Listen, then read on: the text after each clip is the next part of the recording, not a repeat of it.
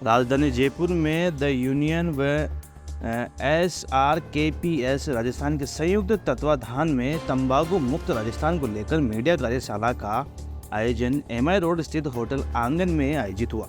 इस कार्यक्रम में तंबाकू, पान मसाला, गुटखा सहित तंबाकू के दुष्परिणामों पर प्रकाश डाला गया।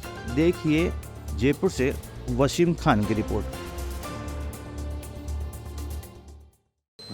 आज की जो एक कार्यशाला आयोजित की गई थी, बेसिकली मीडिया के साथ एक वर्कशॉप थी जिसमें तंबाकू को कंट्रोल करने के जो नवाचार हैं उन पर चर्चा की जा सके और भारत को तंबाकू मुक्त कैसे बनाया जा सके, इस तरफ नए स्टेप्स जो हैं वो निर्धारित किए जा सके।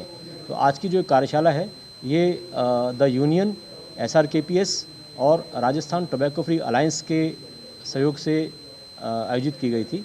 इसमें विभिन्न प्रस्तुतियां दी गई थी, जिसमें सबसे इम्पॉर्टेंट जो एस्पेक्ट है वो ये कि इसमें वेंडर लाइसेंसिंग होनी चाहिए। तंबाकू जो बेचा जाए हर कोई व्यक्ति ना बेच सके। तंबाकू का जो बेचने वाले हैं उनकी संख्या कम हो ताकि तंबाकू का सेल कम हो।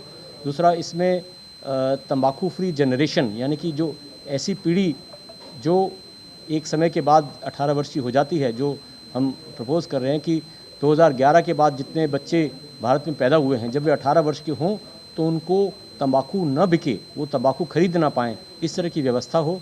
और तीसरा, जो मीडिया में सरोगेट एडवर्टाइजिंग यानी कि छल विज्ञापन या छदम विज्ञापन आते हैं तंबाकू के नाम पर, पान मसाला, गुटखा आदि के, वो तुरंत से बंद किए जाएं। इस तरफ कठोर कदम उठाएं। इस उद्देश्य से ये कार्यशाला आयोजित की गई थी। तो किस तरीके से लोगों को सुझाव दे रहे हैं आप तंबाकू छोड़ने का, जो आप बता रहे हैं कि लोगों को हम तंबाकू छोड़ने के लिए मना, तंबाकू छोड़ने के लिए कह रहे हैं, तो किस तरीके के सुझाव दे रहे हैं आप, किस तरीके से मना रहे हैं उन लोगों को? तंबाकू छोड़ने के बारे में अभी हमने यहाँ पर बात नहीं करी है। अभी जो हम बात कर रहे हैं वो तंबाकू मुक्त राजस्थान के जो अभियान है उसके अंतर्गत जो एक तंबाकू नियंत्रण की मुहिम सरकार के द्वारा चल रही है, जिसमें हम सभी मल्टी स्टेक होल्डर हैं, उसके साथ हमने कुछ नवाचारों को इंट्रोड्यूस करने की बात करी है। और वो इसलिए करी है कि उससे तंबाकू नियंत्रण को और मजबूती मिल सके और जो तंबाकू का उपभोग हो रहा है उसमें कमी आ सके, और साथ में जो है वो इसके द्वारा हम तंबाकू के बर्डन को कम करने के साथ साथ तंबाकू उपभोगियों की समस्या भी कम कर सकें। निश्चित रूप से इन सभी नीतियों का सरकार में और ये फ़ायदा होता है हमारे प्रदेश में कि जो तंबाकू उपभोगी हैं उनमें एक सजगता आती है उसको छोड़ने के प्रति। और सरकार ने निश्चित रूप से तंबाकू उपचार केंद्र बनाए हुए हैं जिला स्तर पर। नेशनल टोबैको क्विट लाइन है, एम सीजेशन प्रोग्राम है, उसके तहत जो छोड़ने वाले लोग हैं उनकी संख्या बढ़ तो रही है, परंतु उसमें और भी जो है वो सुधार की आवश्यकता है और वो किए जा रहे हैं। अभी जैसे भारत सरकार जो है वो हर मेडिकल कॉलेज, हर डेंटल कॉलेज में टोबैको सीजेशन क्लिनिक की स्थापना कर रही है अपने राष्ट्रीय कार्यक्रम के हिसाब से। तो काम हो रहा है उसके लिए जो आपकी चिंता है उसके आधार पर। तो मुख्य बात यह है कि हम जो भी कर रहे हैं, अब एक समय आ गया है जब हमें ये सोचना है कि हम किस तरह से राजस्थान में, भारत में तंबाकू के अंत की बात करने लगें। तो हमारा ये सोच है कि उसमें सरकारों को एक निश्चित समय सीमा के अंतर्गत ये काम करना चाहिए कि हम तंबाकू मुक्त भविष्य के लिए जो तंबाकू की व्यावसायिक बिक्री हो रही है उस पर किसी तरह से फेज़ आउट मैनर में पूरी तरह से बंदिश लग जाए। हम ये नहीं कह रहे हैं एकदम से बंद कर दीजिए, परंतु आप उसकी एक जो है वो कार्यविधि बना लीजिए ताकि वो जो है वो पूरी तरह से ख़त्म हो सके समय से।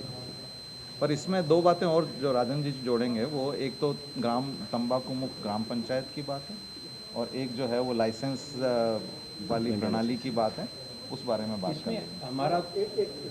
हमारा इसमें ये कि हम नई जनरेशन को तंबाकू उत्पादों से दूर रख पाएँ, इसके लिए हमारा 2 स्तर पे प्रयास है कि हम ग्रामीण क्षेत्र में क्या करें। तो ग्रामीण क्षेत्र में हम तंबाकू मुक्त गांव की बात कर रहे हैं कि हम तंबाकू मुक्त गांव कैसे रख सकते हैं ताकि नई पीढ़ी तंबाकू का उपभोग नहीं करे।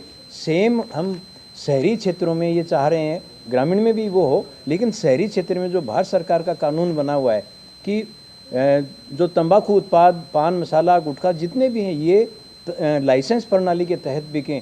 बहुतायत में जो दुकान है वो उस तरह नहीं बिके, वो लाइसेंस प्रणाली से, जैसे शराब बिक रही है वैसे यदि लाइसेंस प्रणाली से बिकती है तो शराब को जो 17,000 करोड़ की इनकम सरकार को हो रही है शराब से, वैसे ही तंबाकू नियंत्रण में यदि लाइसेंस प्रणाली लागू करते हैं तो सरकार को करीब 14,000 करोड़ की पर ईयर इनकम हो सकती है, अतिरिक्त राजस्व मिल सकता है। और नई पीढ़ी जो 18 से कम उम्र के बच्चों को आज सर्वसुलभ है तंबाकू उत्पाद, गुटखा, पान मसाला, वो उन बच्चों को वहाँ नहीं मिल पाएगा और उससे हम नई पीढ़ी को तंबाकू से दूर कर पाएंगे। हमारा ये प्रयास है। और लाइसेंसिंग के तंबाकू बिक रहा है उसके लिए कोई हेल्पलाइन नंबर आपके पास है? हाँ, 104 108 पे आप कभी भी कॉल करें।